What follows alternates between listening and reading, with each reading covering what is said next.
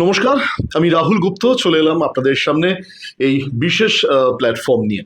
ইতিমধ্যেই শীত কিন্তু বেশ জাঁকিয়ে পড়ছে এবং পড়েছেও গোটা বাংলা কিংবা গোটা দেশ জুড়ে। কিন্তু তার মধ্যে রাজনীতির পারদ, রাজনীতির যে উত্তাপ চচ্চর করে বাড়ছে এবং বাড়াটা খুব স্বাভাবিক। তার কারণ ইতিমধ্যেই রাজ্যের শাসক দলের থেকে কোনো বিধায়ক তিনি কিন্তু বাবরি মসজিদের রেপ্লিকা তৈরি করবার একটা সিদ্ধান্ত নিয়েছেন। সেই নিয়ে কিন্তু গোটা বাংলা জুড়ে একটা শুধুই খবর আর খবর। আমরা এই প্রসঙ্গ এবং সামগ্রিকভাবে এই মুহূর্তে যদি ভোট হয় তাহলে বাংলার শাসক দল কতটা স্বস্তিতে রয়েছে এই নিয়ে আমরা কথা বলবো। বঙ্গীয় সংখ্যালঘু যে সম্প্রদায়, সেই সম্প্রদায়ের যিনি রাজ্য সভাপতি তিনি আমাদের সঙ্গে রয়েছেন, মোহাম্মদ ওয়াইজুল হক রয়েছেন। প্রথমেই আপনাকে স্বাগত, নমস্কার। আমি একটা বিষয় সবার আগে জানতে চাইবো, সাধারণ মানুষের কাছে এটা বহু প্রশ্ন। সংখ্যালঘু ভোট ব্যাংক বাংলার রাজনীতিতে, শুধু বাংলার রাজনীতিতে আমি কেন বলবো, গোটা ভারতবর্ষের রাজনীতিতে একটা খুব কি ফ্যাক্টর। আপনাদের দলের কোনো বিধায়ক, তিনি ভরতপুরের বিধায়ক হুমায়ুন কবির, তিনি বাবরি মসজিদ তৈরি করছেন, ঠিক আছে, খুব ভালো, কিন্তু তিনি বলছেন আমি হব কি ফ্যাক্টর সংখ্যালঘু ভোট ব্যাংকের ক্ষেত্রে। যেহেতু বঙ্গীয় সংখ্যালঘু উন্নয়ন পর্ষদের আপনি রাজ্য সভাপতি, আপনি প্রতিদিন বুদ্ধিজীবী মঞ্চ, যেহেতু আপনি প্রতিদিন একদম গ্রাউন্ড লেভেলের মানুষের সঙ্গে মেশেন, কথা বলেন, এই মুহূর্তের সামগ্রিক অবস্থানটা কোথায় দাঁড়িয়ে রয়েছে? দেখুন, প্রথমত আমি আপনার চ্যানেলের সমস্ত ভিউয়ারদের অভিনন্দন, ধন্যবাদ, কৃতজ্ঞতা জানাবো। নিশ্চিতভাবে আপনি খুব ভালো কথা বলেছেন যে ঠান্ডা পড়েছে খুব, কিন্তু রাজনীতি উত্তাপ চলছে সারা ভারতবর্ষ, বাংলা তার ব্যতিক্রম নয়।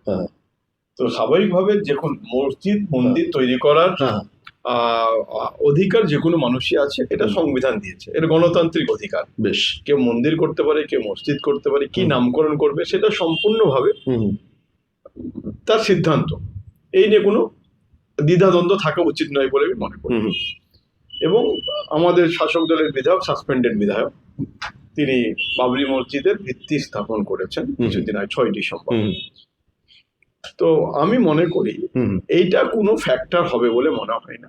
এবং তিনি তার স্বাধীন চেতা মানুষ, তিনি তার মতন করে বাবরি মসজিদ তৈরি করছেন, তাতে কোনো আমাদের কোনো চিন্তাগ্রস্ত হওয়ার কারণ নেই।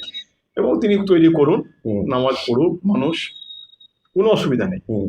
আর যেটা আপনি বললেন যে এই মুহূর্তে ভোট ব্যাংকের কথা, আমি আপনাকে দায়িত্ব নিয়ে বলতে পারি, বাংলার সংখ্যালঘু মানুষেরা, বিশেষ করে সংখ্যালঘু মুসলমান, ইসলাম ধর্মাবলম্বী মানুষেরা এখনো পর্যন্ত অটুটভাবে মমতা বন্দ্যোপাধ্যায়ের সঙ্গে আছে। তাদের কোনোভাবে দ্বিধা দ্বন্দ্ব নেই।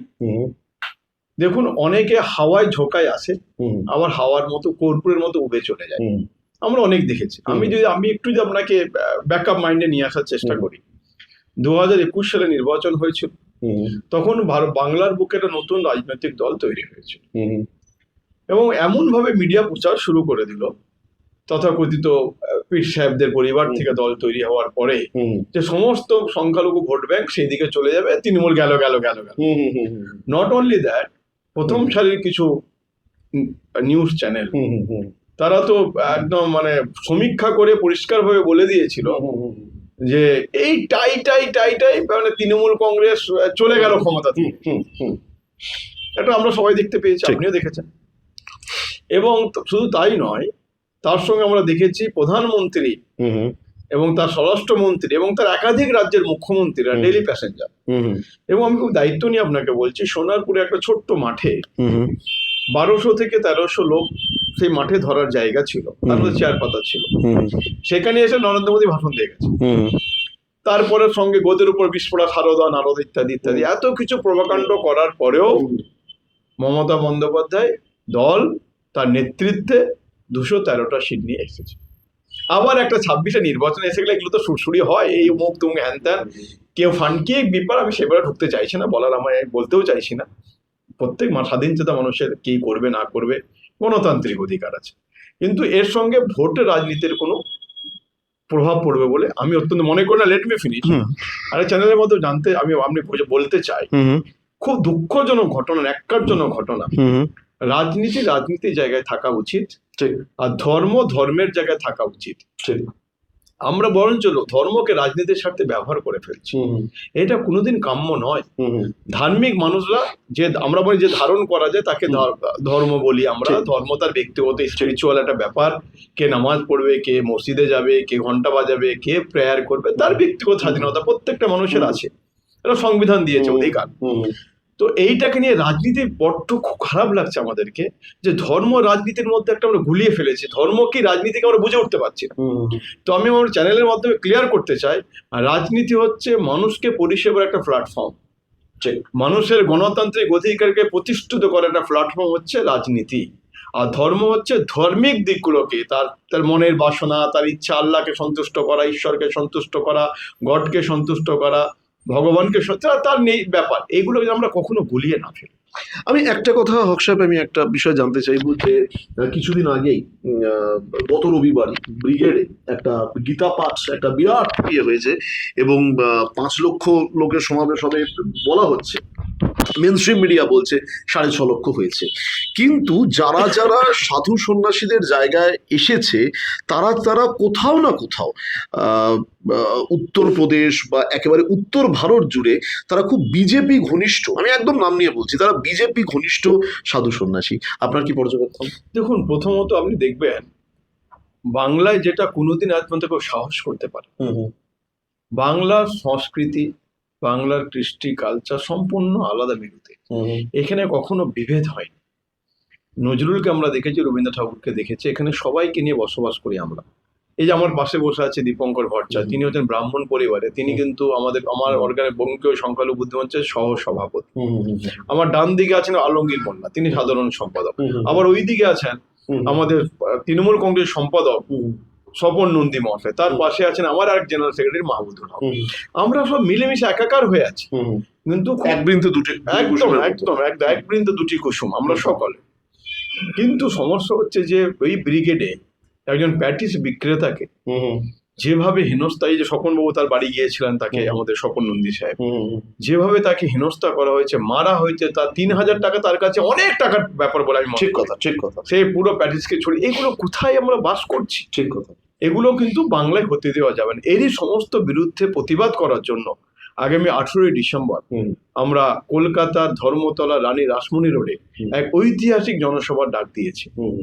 সেখানে আশা করছি ভারতবর্ষের প্রান্তে প্রান্তে, পাহাড় থেকে সমতল, কাকদ্বীপ থেকে নিয়ে কুচবিহার, প্রায় লক্ষাধিক মানুষের সমাগম হবে বলে আমরা আশাবাদী। এবং আমি সেই দিনে একদম রাজনীতি এবং ধর্ম, ব্রিগেড সমস্তটা নিয়ে আমরা কিন্তু একটা বার্তা সেদিন আমরা রাখবো মানুষের কাছে, যে বঙ্গীয় সংখ্যালঘু বুদ্ধিমান মানুষের সংগঠন, মানুষ আমাকে দেখে আমরা সংগঠন তৈরি করেছি, জাতি ধর্ম বর্ণ নির্বিশেষে সকল মানুষকে নিয়ে আমরা একত্রে চলতে চাই। এবং আমরা মানুষকে দেখি, কোনো রাজনৈতিক কালার দেখি না, ধর্ম দেখে না, রং দেখে না, কোনো মেরুকরণ দেখি না, আমরা মানুষকে দেখে করি। আর আমরা দেখেছি ব্রিগেডে সব থেকে আমি দুর্ভাগ্যজনক ঘটনা, আমাকে অবাক লেগেছে, গীতা পাঠ করুক, কোরআন শরীফ পাঠ করুক, বাইবেল পাঠ হোক, আমাদের গ্রন্থ সাহিব পাঠ হোক, ত্রিপিটক পাঠ হোক, কোনো আপত্তি নেই। কিন্তু আপত্তি একটা জায়গায়, সাংবিধানিক প্রধানরা যখন সেই সব জায়গায় গিয়ে উপস্থিত হয়, সেটা কিন্তু খুব দুর্ভাগ্যজনক ঘটনা। সাংবাদিক প্রধানের কাজ সংবিধানটাকে রক্ষা করার দায়িত্ব তিনি সামলাবেন, তা না করে গীতা পাঠে তিনি চলে যাচ্ছেন, এটা খুব ন্যাক্কারজনক, খুব আমার সবার চোখে লেগেছে ব্যাপারটা, এটা কাম্য নয়।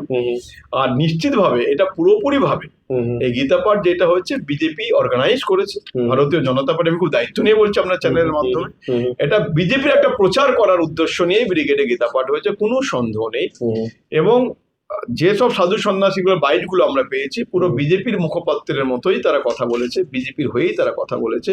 এবং আমাদের সাংবিধানিক প্রধান তিনি যে ভাষায় কথা বলেছে, মনে হচ্ছে তিনি সাংবিধানিক প্রধান নয়, বিজেপি পার্টির একজন স্পোক পার্সন কথা বলছে। দুঃখজনক ঘটনা। হক সাহেব, ইতিমধ্যে আমি একদম চলে আসবো হুমায়ুন কবিরের কথা, যে দল থেকে ইতিমধ্যেই বহিষ্কৃত, তিনি কোনো একটি বিশেষ চ্যানেলে, আমি নাম বলছি না, কোনো একটি বিশেষ চ্যানেলে তিনি বলছেন যে মুসলিম ভোট ব্যাংক আমি ঠিক করব। মুসলিম ভোট ব্যাংক আমি ঠিক করব কোন জায়গায় তারা ভোট দেবে। ব্যাপারটা খুব বোকা বোকা শুনতে লেগেছে। এক, দুই হচ্ছে যে যদি কোনো দল করি তাহলে আমি ঠিক করব আমার দল থেকে কারা কোন দিকে যাবে। তিনি আমার যেটা মনে হয়েছে দীর্ঘদিনের সাংবাদিকতা সূত্রে তিনি নিজেই দ্বিধাবিভক্ত তার পলিটিক্যাল অ্যাম্বিশন নিয়ে। মুসলিম ভোট ব্যাংকে এতটাই খুব তুচ্ছ, মানে আমি আমি একদম মানে with due respect to all, মানে রাজ্যের মুখ্যমন্ত্রী মমতা বন্দ্যোপাধ্যায় তিনি পুরীর আদলে দীঘায় তিনি মন্দির বানিয়েছেন, বাবরি মসজিদ হওয়া নিয়ে কোনো বিতর্ক নয়, কিন্তু সেই একটা মসজিদ কেন ভোট ব্যাংকের উপর প্রভাব ফেলবে? আমার প্রশ্ন দেখুন, একটা কথা আমি বলি, উনি প্রথমে কংগ্রেস করতেন, কংগ্রেস থেকে রিজাইন করার পরে নেত্রী ওনার প্রতি এতটাই সহানুভূতিশীল হয়েছিলেন, এতটাই ভালোবেসেছেন, ওনাকে মন্ত্রী করেছিলেন, এআরডি মিনিস্টার হয়েছিলেন। এআরডি মিনিস্টার হওয়ার পর 6 মাস পরে তিনি যখন তার জনসমর্থনের জন্য যে নির্বাচন হয়েছিল বা ইলেকশনে তিনি দাঁড়িয়েছিলেন তখন কিন্তু গোহারা হেরেছিলেন। তারপরে আবার যখন নির্বাচন হয় তখন তিনি নির্বাচনে জিতে প্রতিদ্বন্দ্বিতা করেছেন। তারপর তিনি আবার বুঝতে পেরেছিলেন হয়তো যে আমি হয়তো ঠিক এখানে সুবিধা করতে পারছি না, আমাকে আবার মন্ত্রী করেনি, তো আমি দল ছেড়ে তিনি আবার বিজেপির ক্যান্ডিডেট হয়েছিলেন। সেখানে গিয়েও তিনি গোহারা হেরেছিলেন। আমার কথা হচ্ছে, দেখুন, হুমায়ুন কবিরকে নিয়ে বারবার অস্বস্তিতে পড়তে হয়েছে। আমি বলি একটা কথা, মানুষ কিন্তু বাংলার মানুষ সব দেখছেন। আমি কোনো ব্যক্তিগত আক্রমণে যেতে চাইছি, আমি করি আমার স্বভাব বিরুদ্ধে। আবার বলছি যে যখন মানুষ বড় দেখবেন না, যে কলসিতে জল থাকে না সেই কলসির আওয়াজ অনেক বেশি হয়, আর কলসিতে জল ভরে থাকলে আওয়াজ হয় না। বাংলার মানুষ সব দেখছে, আর বাঙালি মুসলমান তথা সংখ্যালঘু মুসলমানেরা অত ঠুনকো নয়। বললাম তো যে আমাদের সব থেকে বাঙালি ধর্মপ্রাণ মুসলমানেরা ফুরফুরা শরীফকে একটা আলাদা নজরে দেখে। সেই বাড়ি থেকে যখন দল তৈরি হওয়ার পরে কোনো রকমে একটা সিট জিতে আসতে পারলো, কোনো প্রভাব ফেলতে পারেনি, তখন যার কথা বলছে তার নিজের স্থায়িত্বের একটা বড় দিক জিজ্ঞাসার জন্য তিনি কি করবেন, মানে মানুষ বুঝতে পারছে আজকে বলছেন একরকম, কালকে আবার তিনি কি বলবেন। একদম। তো স্বাভাবিকভাবে মিশন বা ভিশন কোনো পরিষ্কার নয়। অতএব এই নিয়ে আমরা বিচলিত নয়, তিনি তিনার কাজ করছেন, আমরা বরঞ্চ তাকে বেশি হাইপ দিয়ে দিচ্ছি। যতটা তিনি পাওয়ার যোগ্যতা না তার থেকে আমরা তাকে নিয়ে বেশি চর্চা করে ফেলছি। চর্চার বিষয় বলে আমরা কিছু মনে করি না, আমরা গুরুত্বও দিচ্ছি না, আমরা কিছু মনেও করছি না। তিনি তিনার জায়গায় থাকুক, তিনি কি বলছেন না বলছেন আমরা কোনো গুরুত্ব দিচ্ছি না, ব্যাপারটাকে ভাবছিও না।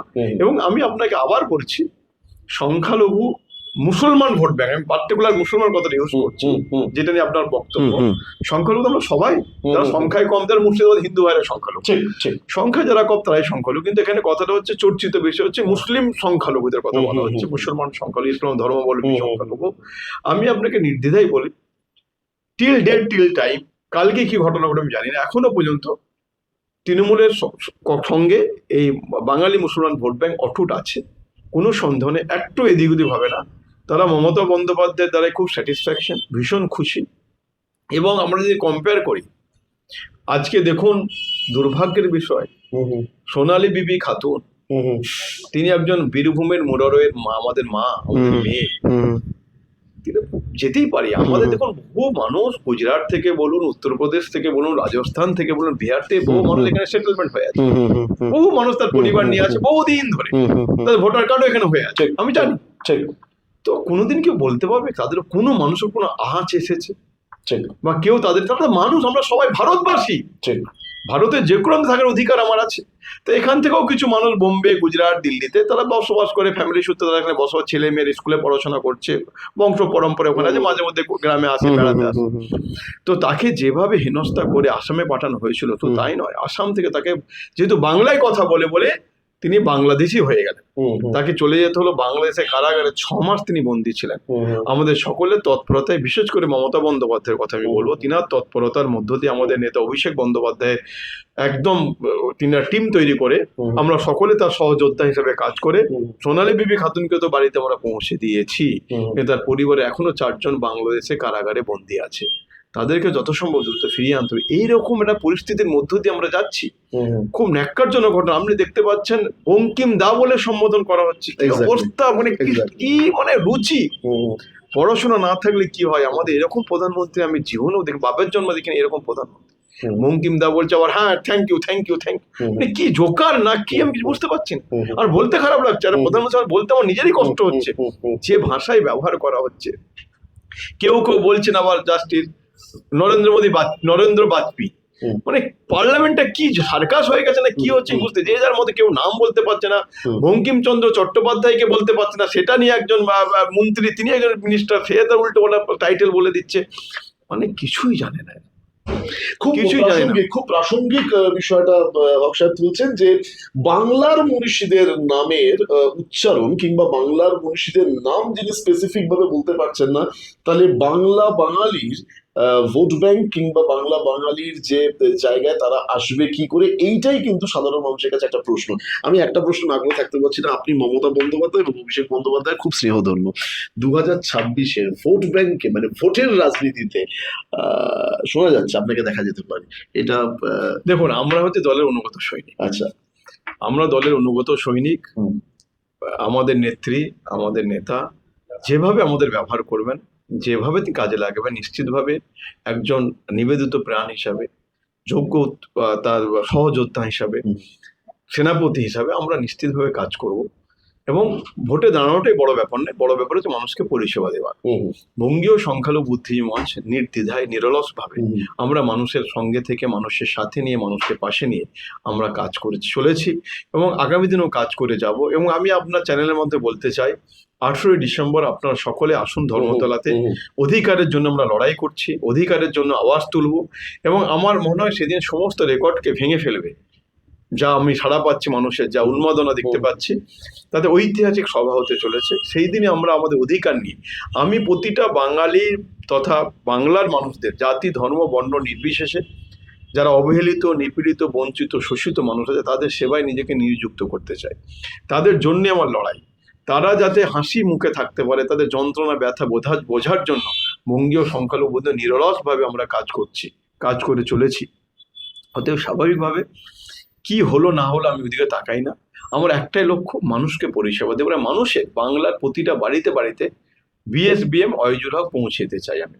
বাংলার মানুষের ঘরে ঘরে, অন্তর মনের মণিকোটায় ঢুকতে চাই। আমরা খুব ক্ষণস্থায়ী না তো, জ্যোতিবাবুকে আমরা ভুলে গেছি, প্রায় বিধানচন্দ্র রায়কে ভুলে গেছি, কিন্তু ওই যার নাম বললেন বঙ্কিমচন্দ্র চট্টোপাধ্যায়, স্বামী বিবেকানন্দ, কাজী নজরুল ইসলাম, রবীন্দ্রনাথ ঠাকুর, আবুল কালাম আজাদ, এদেরকে মানুষ ভুলেনি, কখনো ভুলবেও না, বলাটা সম্ভব নয়। যদি ভুলে যাই তাহলে সেটাই ভুলবেই না। সেটা কিন্তু নেতা মন্ত্রী এমএলএ ছিলেন না দাদা, একদমই নয়। তারা কিন্তু সমাজের জন্য একদম অয়জুল হক সেই সমাজের জন্য কাজ করতে যাই, নতুন কিছু করে মানুষের জন্য। চলে তো যাবোই, ক্ষণিকের অতিথি আমরা, 60 বছর 70 বছর 80 বছরের অতিথি হিসাবে এসেছি। কিছু রিমার্কেবল করে যাওয়া, বাংলার মানুষের মনে যেন অয়জুল হকের চর্চা হয়, বিএসবি চর্চা হয়, সেটা এস্টাবলিশ করতে এমএলএ এমপি হতে আসেন। বেশ, একেবারে সহজ কথা সোজা ভাষায় তিনি বলছেন, ওয়াজুল হক তিনি বলছেন যে রাজনীতিবিদ নয়, ভোটের রাজনীতিতে প্রার্থীও নয়, সমাজ সংস্কারক হিসাবে, সমাজসেবী হিসাবেই তিনি কাজ করে যেতে চান, যেমনটা তিনি বিগত দিনে করে এসছেন। মাথায় রাখবেন, চলতি মাসের 18 তারিখ একেবারে কলকাতা শহরের প্রাণকেন্দ্র ধর্মতলায় বঙ্গীয় সংখ্যালঘু বুদ্ধিজীবী মঞ্চ রাজ্য সভাপতির আহ্বানে এক বিরাট বড় জনসভা হতে চলেছে এবং সেই দিনকে সেই জনসভা রেকর্ড সংখ্যক ভিড় হবে, এমনটাই কিন্তু রাজ্য সভাপতির দাবি। অনেক ধন্যবাদ। আমরা ডেফিনেটলি আপনার এই কর্মকাণ্ডের দিকে আমাদের নজর থাকবে। থ্যাংক ইউ, ঠিক আছে, সকলকে ধন্যবাদ জানাচ্ছি। অনেক ধন্যবাদ আপনাদেরকে এই প্রতিবেদনটি দেখার জন্য। রাহুল গুপ্তের এক্সক্লুসিভ রিপোর্ট, দেশাসের নিউজ।